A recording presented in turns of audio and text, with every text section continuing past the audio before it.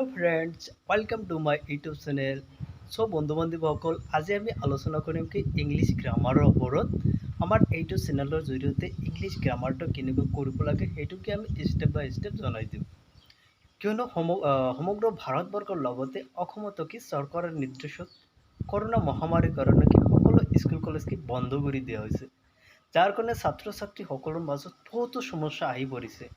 বিশেষকৈ নৱম দশম শ্ৰেণীৰ ছাত্ৰ ছাত্ৰীসকল হায়াৰ ছেকেণ্ডেৰী ছাত্ৰ ছাত্ৰীসকল এই ছাত্ৰ ছাত্ৰীসকলে কিছুমান টপিক আছে সিহঁতে কি ঘৰত বহি সিহঁতে কি বুজিব নোৱাৰে বিশেষকৈ ইংলিছ গ্ৰামাৰৰ ক্ষেত্ৰত ইংলিছ গ্ৰামাৰটো এনে এটা টপিক যিটো টপিক সিহঁতে কি মানে ঘৰত বহি সিহঁতে কি সেইটো বুজিব নোৱাৰিব সিহঁতৰ মাজত বহুতো সমস্যা আহি পৰিব সেইটো জানিবলৈ হ'লে কি তেওঁলোকৰ এটা টিচাৰৰ প্ৰয়োজন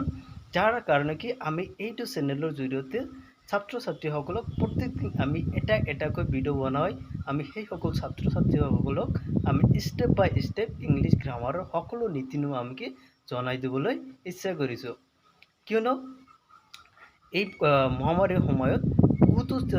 ছাত্ৰ ছাত্ৰী আছে যে সিহঁতে কি ঘৰত টিউশ্যন কৰিব নোৱাৰে সিহঁতৰ মাজত বহুতো সমস্যা আহি পৰিব যাৰ কাৰণে যে তেওঁলোকৰ যাতে কোনো প্ৰব্লেম নহয় তেওঁলোকৰ কোনো টিউশ্যন কৰিব নালাগে তাৰ কাৰণে কি আমি এইটো ভিডিঅ' বনাই এইটো চেনেলৰ জৰিয়তে ইংলিছ গ্ৰামাৰৰ সকলো নীতি নিয়ম আমি এটা এটাকৈ ষ্টেপ বাই ষ্টেপ আমি জনাই দিবলৈ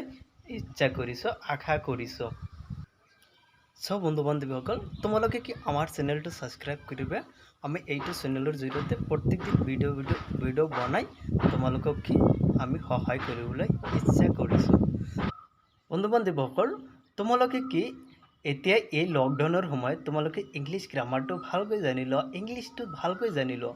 কিয়নো হায়াৰ এডুকেশ্যনৰ কাৰণে ইংলিছটো অত্যন্ত প্ৰয়োজনীয় তোমালোকে যদি ইংলিছটো ভালকৈ এতিয়াৰ পৰা জানি ল'ব পাৰা তেনেহ'লে কি হায়াৰ এডুকেশ্যনটো লওঁতে তোমালোকৰ কি সুবিধা হ'ব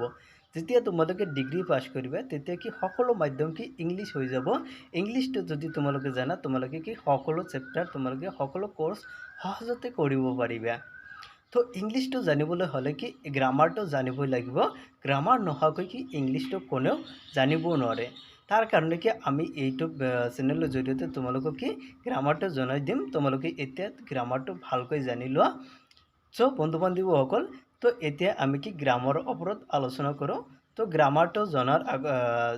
গ্ৰামাৰটো আমি এতিয়া বুজাই দিম সো এতিয়া আমি কি প্ৰথমতে কি টেন্সৰ ওপৰত আলোচনা কৰিম সো বন্ধু বান্ধৱীসকল এতিয়া আমি আলোচনা কৰিম কি টেন্সৰ ওপৰত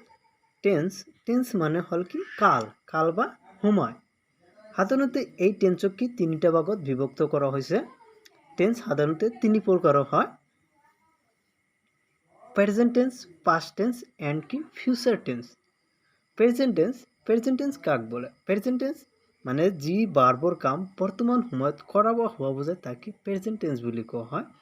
পাষ্ট টেন্স যি ভাৰ্বৰ কাম অতীতত কৰা বা হোৱা বুজায় তাকে পাষ্ট টেন্স বুলি কোৱা হয়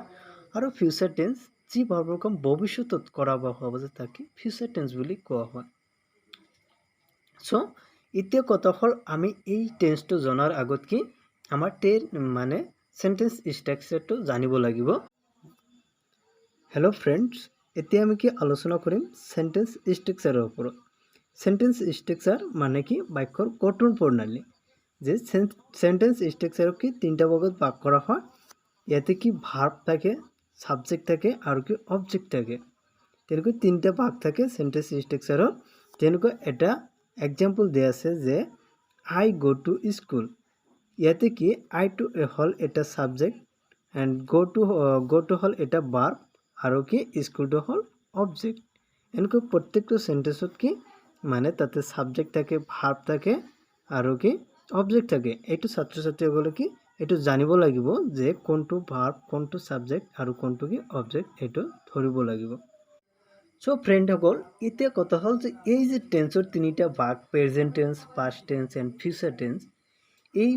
তিনিটা ভাগক আকৌ কি প্ৰত্যেকটো ভাগক কি চাৰিটাকৈ ভাগ কৰা হৈছে যেনেকুৱা প্ৰেজেন্ট টেন্সক আকৌ কি চাৰিটা ভাগত ভাগ কৰা হৈছে এটা হ'ল কি present indefinite tense present continuous tense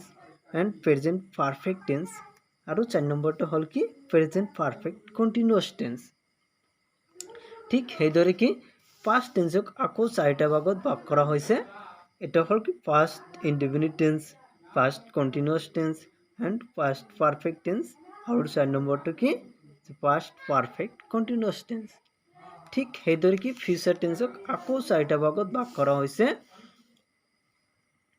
এটা হল future indefinite tense future continuous tense and future perfect tense and future perfect continuous tense okay so বন্ধু বান্ধৱসকল এইটো ভিডিঅ'ত আমি কি ইমানে আলোচনা কৰিলো নেক্সট ভিডিঅ'ত কি ইয়াৰ পিছৰ পৰা আমি আলোচনা কৰিম তোমালোকে কি এইবিলাক মুখস্থ কৰিবা আৰু ভাৰ্বৰ ফৰ্মবিলাক তোমালোকে মুখস্থ কৰিবা যেনেকুৱা যে প্ৰেজেন্ট টেন্সত এটা ভাৰ্ব থাকে কোনটো ফৰ্মত হয় পাষ্ট টেন্সত গৈ কোনটো ফৰ্ম হয় আৰু পাষ্ট পাৰ্টিসিপল গৈ কোনটো ফৰ্ম হয় এটা তোমালোকে কি মুখস্থ কৰিবা